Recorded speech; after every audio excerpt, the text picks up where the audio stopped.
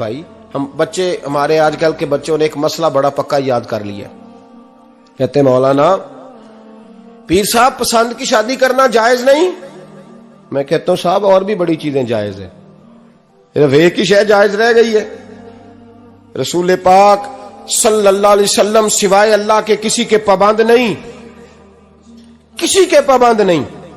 پر جناب سیدہ خدیجہ الکبریٰ رضی اللہ تعالی عنہ نے پیغام نکاح دیا، یا رسول اللہ میں شادی کرنا چاہتی ہوں. حضور کسی کے پابند نہیں، پر میرے محبوب نے فرمایا میرا چچا میرے والد کی جگہ ہے، میں اپنے چاچا سے پوچھ کے تمہیں جواب دوں گا. یہ ہے پسند کی شادی جو میرے نبی نے بیان فرمائی ہے.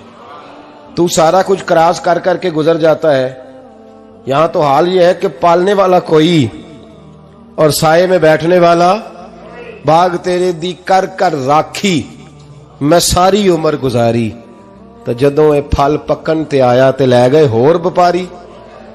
اور بیٹا گزرتا ہے اماں کے دروازے کے آگے سے، اماں کے دروازے کے آگے بیٹا امرود لے کے آیا ہے 6 کلو. توجہ ہے میری بات پر؟ ادھر دیکھیں جی، چھوڑیں تھوڑی دیر ہماری سنیں. وہ امرود لے کے آیا 5-6 کلو، تو اماں کے دروازے کے قریب سے گزر گیا رات کو. تو کمائی کھانے کا ٹائم آیا نا، تو گزر گیا. تو وہ وزیر اعظم سے ڈرتا ہے نا، تو جا کے بی بی سے کہتا ہے بی بی کے حقوق دینا بھی رسول اللہ کی سنت ہے. لیکن یہ کیا بات ہوئی، تو نے بیوی اور ماں کا مقابلہ شروع کرا دیا. سمجھ تو صحیح، یہ تیرے لیے کعبے کی جگہ ہے اور تو بیوی کے لیے کعبے کی جگہ ہے. اسے بھی سمجھنا چاہیے، غور کرنا چاہیے. 5 کلو امرود لے کے تو ماں کے کمرے کے قریب سے گزر گیا ہے.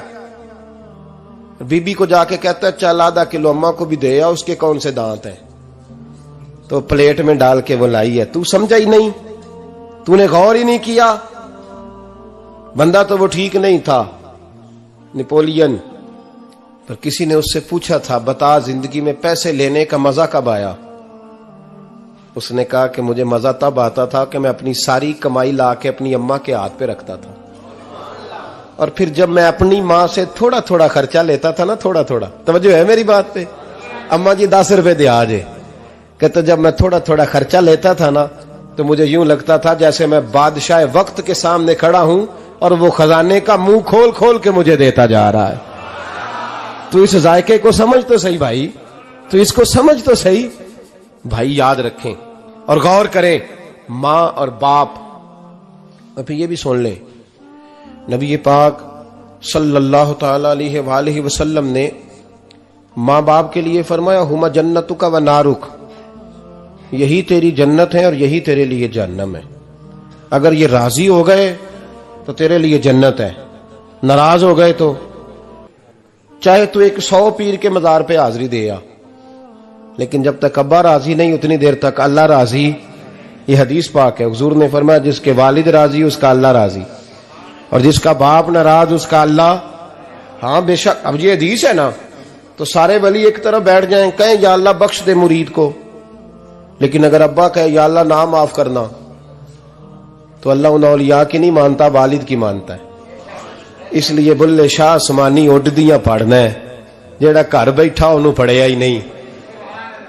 بھائی یاد رکھو، ماں باپ سے پیار کرو، ان کی خدمت کرو، ان کے پاس بیٹھا کرو، اور ماں باپ کو ٹائم دیں، وقت دیں، چند گھڑیاں ان کے پاس بیٹھیں. آپ یقین کریں ابا جی سے آپ مشورہ کر لیں، صرف مشورہ، مرضی بے شک اپنی کریں، لیکن اس مشورے میں آپ کو اتنا سایہ ملے گا کہ زندگی میں کبھی ناکامی نہیں ہوگی. پر اسی سجن دی مننی ابے دی نہیں مننی. وہ پھٹے پہ جو نلائق ہماری طرح کا بیٹھا ہے اس سے مشورہ لینا ہے، والد سے نہیں لینا. باپ کے پاس بیٹھیں، اس سے مشورہ لیں. میرے ابا جی کسان تھے. میں نے اپنی زندگی میں ڈھیروں چیزیں اپنے باپ سے سیکھی ہیں، درجنوں چیزیں سیکھی ہیں. میرے والد بڑے خوددار تھے، مزاج میں عجیب سی خودداری تھی. کوئی بندہ کبھی حال پوچھ لیتا تھا نا کہ حالات کس طرح کے ہیں، تو فرماتے تھے بھائی اگر بتانا ہوا تو اپنے اللہ کو بتاؤں گا.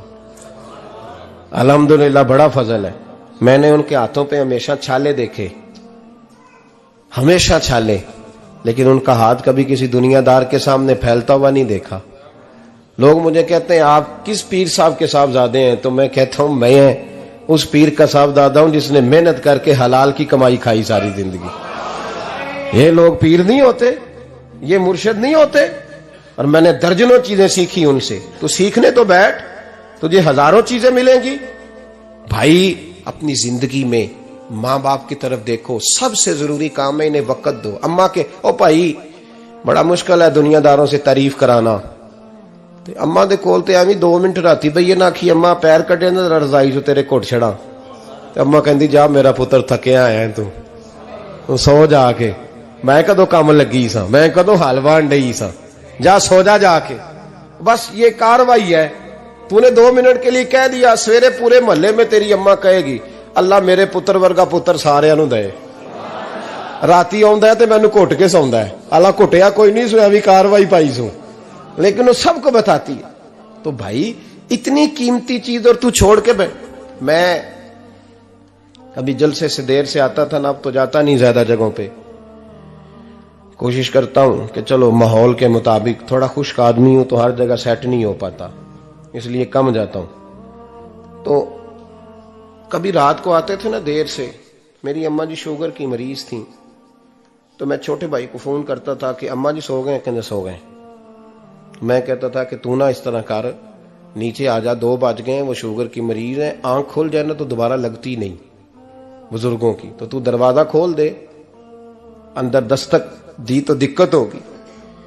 تو میں جوتے اتار کے اندر داخل ہوتا تھا، تو پہلا قدم رکھتا تھا تو میری اماں بول پڑتی تھی پتر آ گئے آ گئے۔ او بھائی تو اس درد کو سمجھنا، کوئی تجھے ملے گا، کوئی ملے گا تجھے ایسا؟ اب میں دور دراز بھی چلا جاتا ہوں، ان کی زندگی میں نہیں جا پایا، کہتے ہیں ہم نے نہیں جانا۔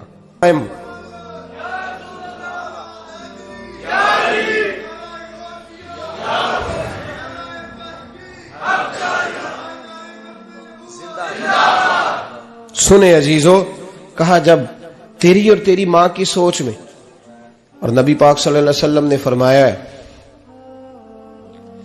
جتنے بھی گناہ انسان کرتا ہے نا، اللہ کریم سزا کو روک دیتا ہے، قیامت میں سزا دے گا، اور جو ماں باپ کا نافرمان ہے نا اس کو دنیا میں بھی سزا ملے گی۔ جو ماں باپ کا نافرمان ہے اسے دنیا میں بھی، آپ یقین کریں بچے تھوڑا سا پڑ جاتے ہیں بیچارے، تو ماں باپ سے کہتے ہیں ابا جی تسی پرانے دور دے ہو، تو انہوں کی پتا ہوئے، اور تجھے پتہ ہی نہیں بھائی، تجھے خبر ہی نہیں، یہ پرانے دور کے نہیں، تو بیوقوفوں کے دور کا ہے، تو سمجھ یہ کوئی تعلیم ہے؟ اکبر الہآبادی نے کہا تھا ہم ایسی لاکھوں کتابیں قابل ضبطی سمجھتے ہیں، ضبط کرنے کو دل کرتا ہے، ہم ایسی لاکھوں کتابیں قابل ضبطی سمجھتے ہیں جن کو پڑھ کے بیٹے باپ کو خبتی سمجھتے ہیں۔